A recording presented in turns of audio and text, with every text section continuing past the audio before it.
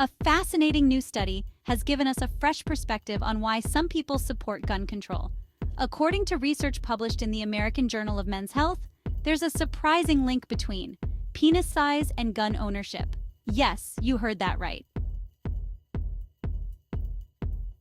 The study's abstract reveals men who are more dissatisfied with the size of their penises are less likely to personally own guns.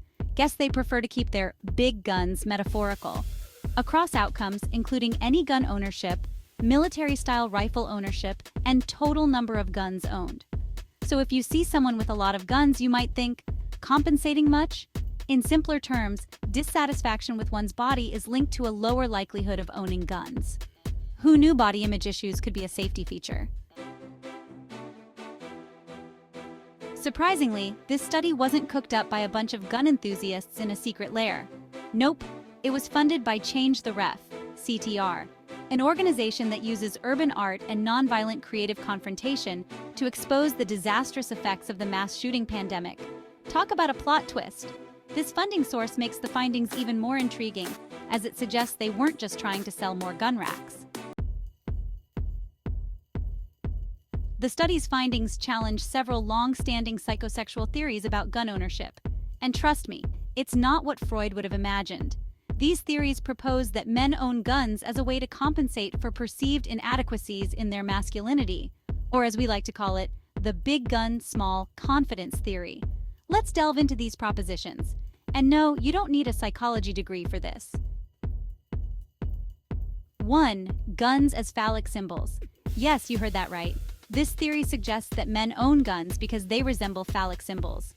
Freud would be proud. It's not about self-defense or constitutional rights, but rather a subconscious association with male anatomy. Talk about overcompensating. 2. Guns as symbols of masculinity. Because nothing says manly like a shiny piece of metal.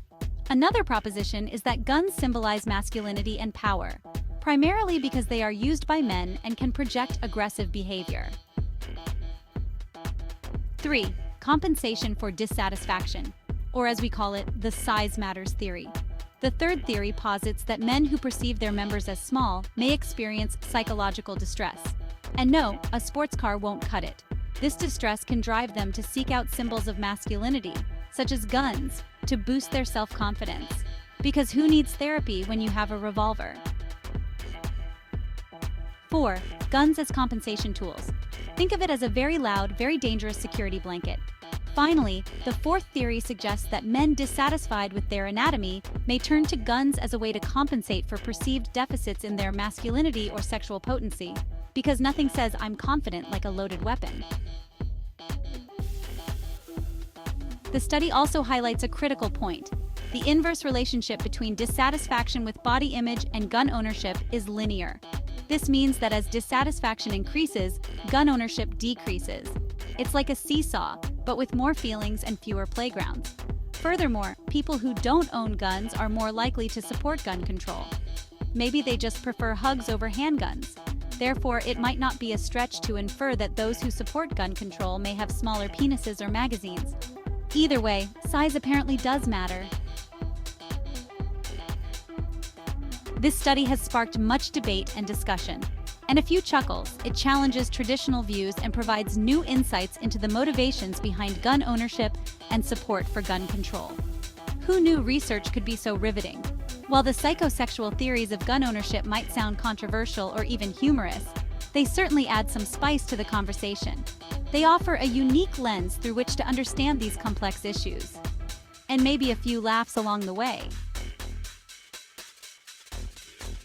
In conclusion, this study, funded by an anti-gun group, provides a fresh perspective on the motivations behind gun ownership and support for gun control. It humorously suggests a link between penis size and gun ownership, challenging traditional psychosexual theories. Whether you find these findings amusing or not, they certainly provide food for thought and a chuckle, making for an interesting topic of discussion. So what do you think about this study? Do you believe there's a connection between penis size and gun ownership, or is it just a big misunderstanding? Share your thoughts in the comments below. Let's keep the discussion respectful, insightful, and maybe even a little bit funny. Hey everyone! If you enjoyed this video, please give it a thumbs up and hit that subscribe button. Don't forget to click the bell icon so you never miss an update. Thanks for watching and stay tuned for more great content.